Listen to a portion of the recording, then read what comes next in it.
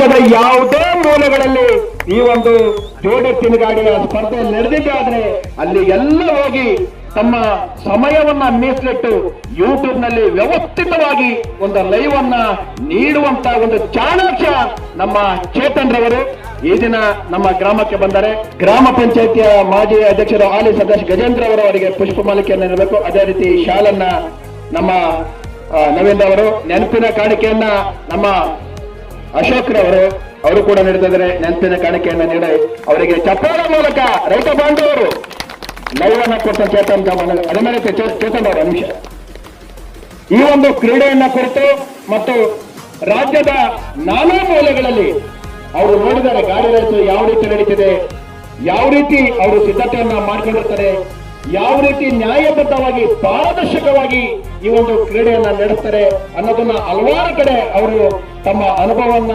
ನೋಡ್ಕೊಂಡಿರ್ತಾರೆ. ನಾವಾದ್ರೆ ಒಂದ್ ಕಡೆ ನಮ್ಮೂರಲ್ಲಿ ಮಾಡಿದ್ರೆ ನಾವೆಲ್ಲೂ ಹೋಗೋದಿಲ್ಲ, ಹಲವಾರು ಕಡೆ ನೋಡಿ ಈ ಒಂದು ಕ್ರೀಡೆ ಬಗ್ಗೆ ತಿಳ್ಕೊಂಡಂತ ನಮ್ಮ ಚೇತನ್ ಅವರು ಬೇರೆ ಕಡೆ ನಡೀತಕ್ಕಂತ ಒಂದು ಕ್ರೀಡೆಯನ್ನ ಕುರಿತು ಮತ್ತೆ ನಮ್ಮ ಗ್ರಾಮದಲ್ಲಿ ನಡೀತಕ್ಕಂತ ಕ್ರೀಡೆಯನ್ನ ಕುರಿತು ತಮ್ಮ ಹಿತ ನುಡಿಗಳನ್ನ ನೀಡಬೇಕಾಗಿ ತಮ್ಮಲ್ಲಿ ಮನವಿಯನ್ನು ಮಾಡುತ್ತಾರೆ.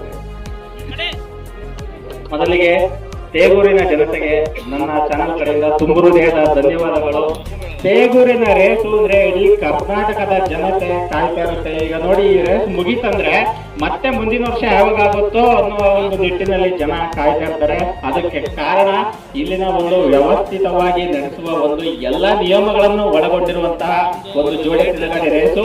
ಅದಲ್ಲದೆ ಇಲ್ಲಿನ ಒಂದು ಊಟದ ವ್ಯವಸ್ಥೆ ಸ್ನೇಹಿತರೆ ಯಾವ ರೀತಿ ಇರುತ್ತೆ ಅಂದ್ರೆ ಯಾವುದೇ ಒಂದು ಮದುವೆ ಸಮಾರಂಭ ಅಂತ ನಾವು ಅಂದ್ಕೊಂಡು ಬಂದು ಊಟ ಮಾಡಬಹುದು. ಅಂತ ಒಂದು ವ್ಯವಸ್ಥಿತವಾದ ಊಟದ ವ್ಯವಸ್ಥೆ, ಯಾರಿಗೂ ಕೂಡ ಖಾಲಿ ಹೊಟ್ಟೆಯಿಂದ ಮನೆಗೆ ಹೋಗಬಾರ್ದು ಅಂತೇಳಿ ಒಂದು ಅನ್ನದಾನ ಮಾಡ್ತಾರೆ.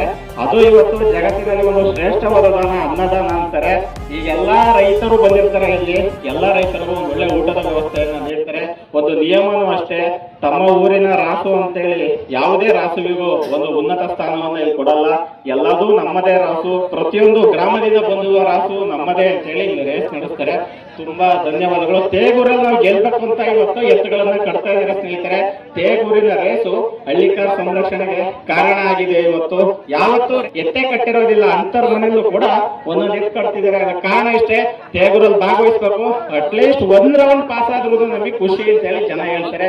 ಇದನ್ನೇ ಅಲ್ವಾ ತೇಗೂರಿನ ಒಂದು ಹೆಮ್ಮೆಯ ಒಂದು ವಿಷಯ ಅಂತ ಹೇಳಕ್ಕೆ ಇಷ್ಟಪಡ್ತೀನಿ ಸ್ನೇಹಿತರೆ. ಈ ಕರ್ನಾಟಕ ಹಿಂದೂ ಕೇಸರಿ ಮೈದಾನದಲ್ಲಿ ಪ್ರತಿ ವರ್ಷ ನಾವು ಬರ್ತಾ ಇರ್ತೀವಿ, ಇದೇ ರೀತಿಯಾಗಿ ಲೈವ್ ಕಾರ್ಯಕ್ರಮವನ್ನು ಮಾಡ್ತಾ ಇರ್ತೀವಿ ಸ್ನೇಹಿತರೆ.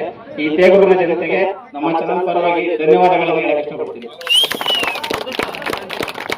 ಇವತ್ತು ತೇಗೂರಿನಲ್ಲಿ ನಾನು ಲೈವ್ ಮಾಡಿದ ಸ್ನೇಹಿತರ ಈ ಒಂದು ಲೈವ್ ಕಾರ್ಯಕ್ರಮದಲ್ಲಿ ಸುಮಾರು 1,15,000 ಜನ ವೀಕ್ಷಣೆ ಮಾಡಿದ್ರು. ನೋಡಿ, ತೇಗೂರು ಗ್ರಾಮದಲ್ಲಿ ಇಲ್ಲಿನ ರೇಸನ್ನ ಕುರಿತಂತೆ ಒಬ್ಬ ಸಿಪಾಯಿ ಇವತ್ತು ಸಿಕ್ಕಿಂನಲ್ಲಿ ಇದ್ದಾರೆ. ಅವರು ಸಿಪಾಯಿ ಕಮೆಂಟ್ ಮಾಡ್ತಾ ಇದ್ರು, ಸರ್ ನಾವು ಸೋಲ್ಜರ್, ನಾವು ಇವತ್ತು ರೇಸಿ ಬರಕ್ ಆಗಿಲ್ಲ, ನಿಮ್ಮ ಲೈವ್ ಕಾರ್ಯಕ್ರಮದ ಮುಖಾಂತರ ನೋಡ್ತಾ ಇದ್ದೀವಿ ಅಂತ ಅವ್ರು ಕಮೆಂಟ್ ಮಾಡಿದ್ರು.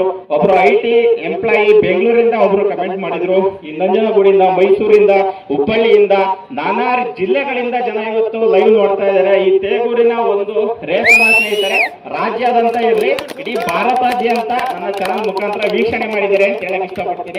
ಓಕೆ, ಇದೇ ರೀತಿಯಾಗಿ ಸಪೋರ್ಟ್ ಮಾಡ್ತಾ ಇರಿ. ನಮ್ಮ ಚಾನಲ್ಗೆ ಸಬ್ಸ್ಕ್ರೈಬ್ ಮಾಡಿ, ಭೂಚೇತನ ಯೂಟ್ಯೂಬ್ ಚಾನಲ್ಗೆ ಇದೇ ರೀತಿಯಾದ ಅನೇಕ ವಿಡಿಯೋಗಳನ್ನು ನಿಮಗೆ ತೋರಿಸುವಂತ ಒಂದು ಪ್ರಯತ್ನವನ್ನು ಮಾಡ್ತೀವಿ.